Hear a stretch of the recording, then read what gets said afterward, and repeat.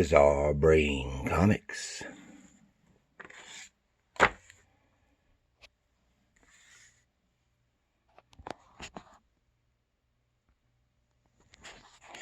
Hello, this is Gary here for Bizarre Brain Comics, and I want to talk a little bit about comics, old comics. Okay, of course, comic books began as reprints of the newspaper comic strips, and then they started running out of that material and started producing original material, and comic books became a new form of storytelling that was subtly distinct from regular newspaper comic strips, and it became very popular and went full steam. I mean, they were in the 30s, 40s, and 50s. There were all kinds of publishers. I mean, small publishers would pop up right and left, and then disappeared just as quickly, and they went hog wild. Of course, during this time, during the war years, especially, some of the most popular stuff were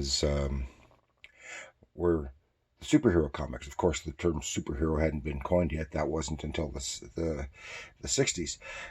They were known as mystery men back then. But then, when they kind of fell out of favor after the war years and later 40s, some new stuff started popping up. Again, variety of publishers, variety of various degrees of quality in writing and art, and this is where one started having some horror comics and crime comics, and a lot of the crime stuff, and science fiction comics, and all these became very popular. Also, in that time frame is when romance comics started. This is all in conjunction at the same time as the very kiddie, very very juvenile story. Remember, Archie was still very big, but all this time, comics covered a wide gamut. And most of the superheroes had gone away through the late 40s and early 50s. About the only superhero comics that continued in publication on a regular basis, anyway, were Superman, Batman, and Wonder Woman, and they had to get very kiddie. Of course, they were doing that in the late 40s anyway.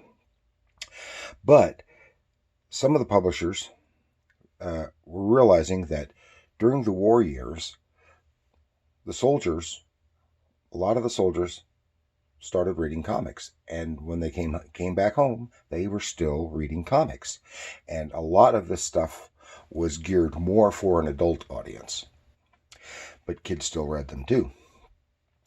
And people started getting concerned, especially when Dr. Frederick Wortham wrote his book, which became very popular, Seduction of the Innocent, in which, now, Dr. Wortham, he was kind of nutty in this regard, but he was a psychologist or psychiatrist, and by and large, he was a good man. I guess he operated several mental health free or low cost free mental health clinics for the poor and underprivileged in New York City, I think it was, and I guess he did a lot of good. But in his work, he came across a lot of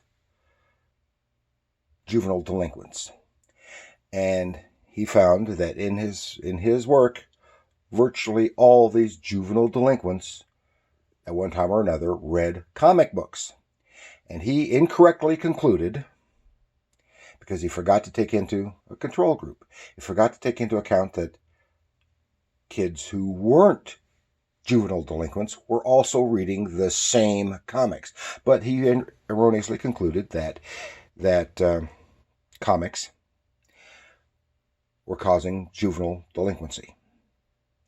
And that became a big thing. They wound up with congressional hearings on juvenile delinquency in association with comic books, which resulted in, to prevent the government from instituting new regulations on comic books, the industry itself started to regulate themselves.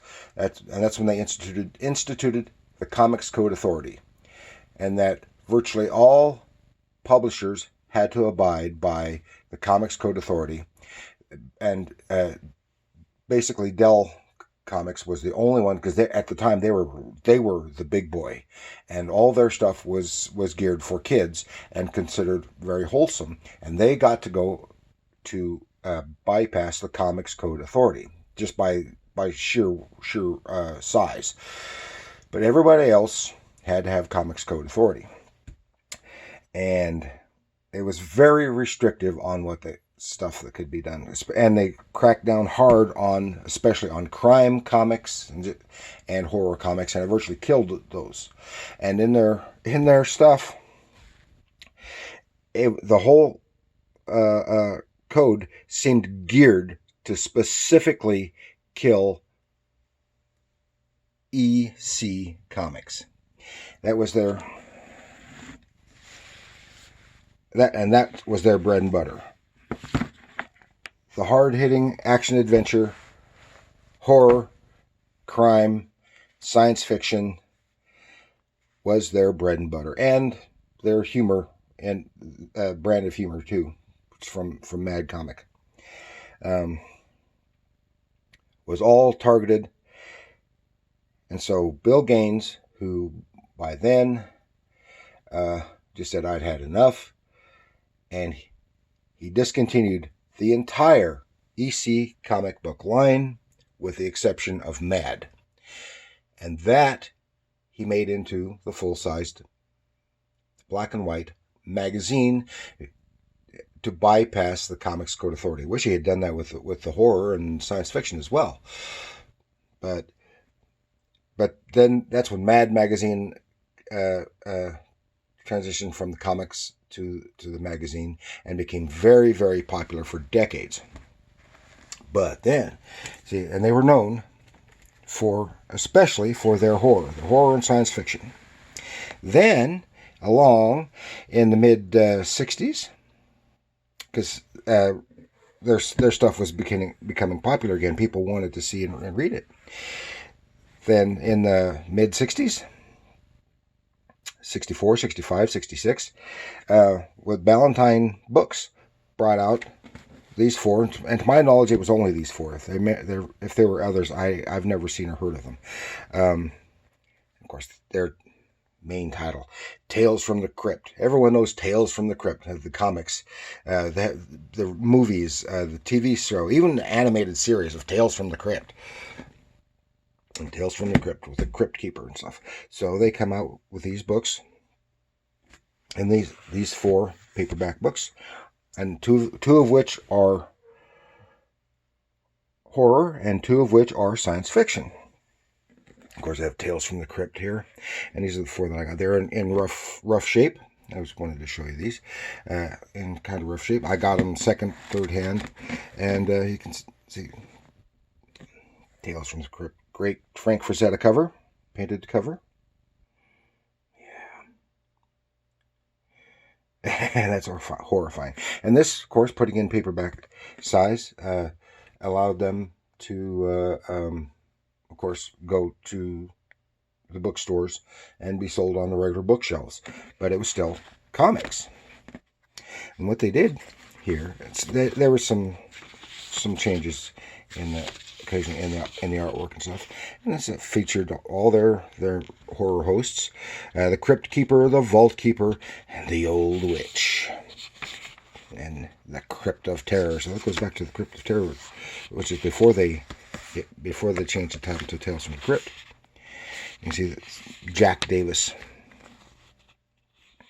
great Jack Davis artwork. And it was just reprinting their horror stuff.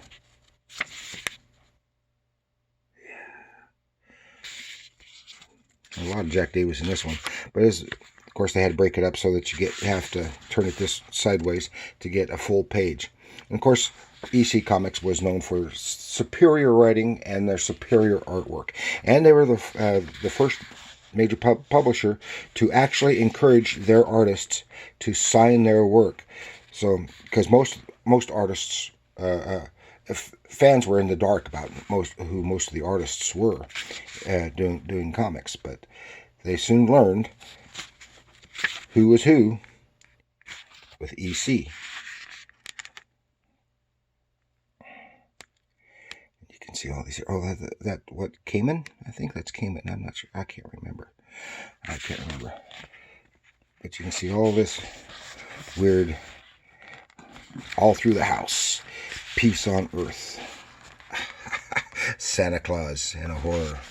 But one of the interesting things that some of the other horror publishers of horror comics at the time didn't include so much as the EC is the sense of humor. Yes, they had horror stories, but they also had their humor in the stories, and then of course the humor from their horror hosts. And of course the idea of the horror hosts was borrowed from the hosts of old-time radio shows of a mystery nature. The Whistler, the Shadow before he became the Shadow that we know, fighting crime and stuff. The Whistler, the Mysterious Traveler, and a bunch of others. They all had horror hosts, and they often infused their dialogue with humor from the horror host, making really bad puns and jokes. And that's what these guys did too. They had here Tales of the Incredible in the old comics tradition, with it's really rough, a nice, lovely drawn cover by Frank Frazetta. And again, the same layout. Of course, there's no hosts for these. And these are all a variety. This is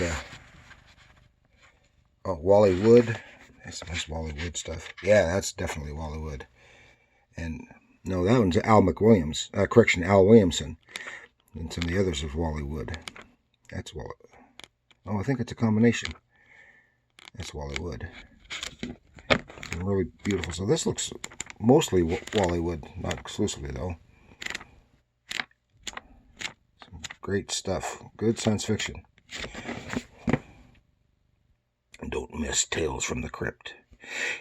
Hideous creatures invading Earth from outer space. Killer mutants roaming a post-atomic war world. Intelligent robots controlling their own planet. Some of the hints. Shriek-a-boo. And then, these other two are just reprints of EC's version of stories by Ray Bradbury. And The Autumn People is horror. The horror stuff. Some of his horror stuff.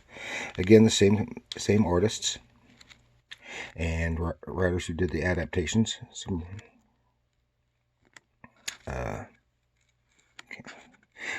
There Was an Old Woman. And of course, each book had each of these books, I think, had 5 or 6 stories in them. Oh, there's Jack Davis again. Again, highlighting their beautiful artwork. And it's all Ray Bradbury. Here's another one. Again, both of these have wonderful Frank Frazetta cover paintings on them. And it's Tomorrow Midnight. And this is all science fiction. Ray Bradbury science fiction, which EC had produced.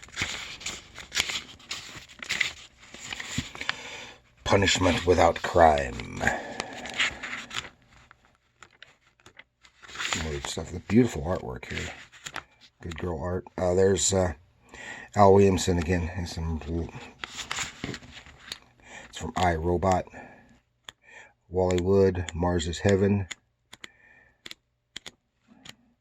Joe Orlando, one of the Mars stories. Some just beautiful stuff.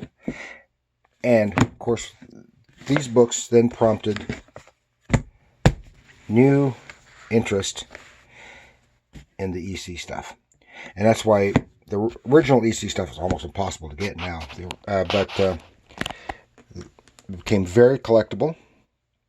And then the started getting some reprint into the reprint market. So there's been several reprint versions of varying qualities. And I'm just mostly interested in having the stuff to read, because I really like this. This is all, and there was a whole bunch of pre-code horror. This is all pre-code horror and science fiction. And a lot of that was killed off by the comics code. And so now, just almost anything, pre-code horror especially, is very much sought after, even in reprint. And some of those other publishers just went hog wild. Extreme gore, extreme violence, but this was not necessarily intended for a child audience. So that's all I got to share with you for today. I hope you enjoyed this. Seeing my EC comic paperbacks. And thank you for joining me. Please like, share, subscribe, leave a comment. And remember, comics are art.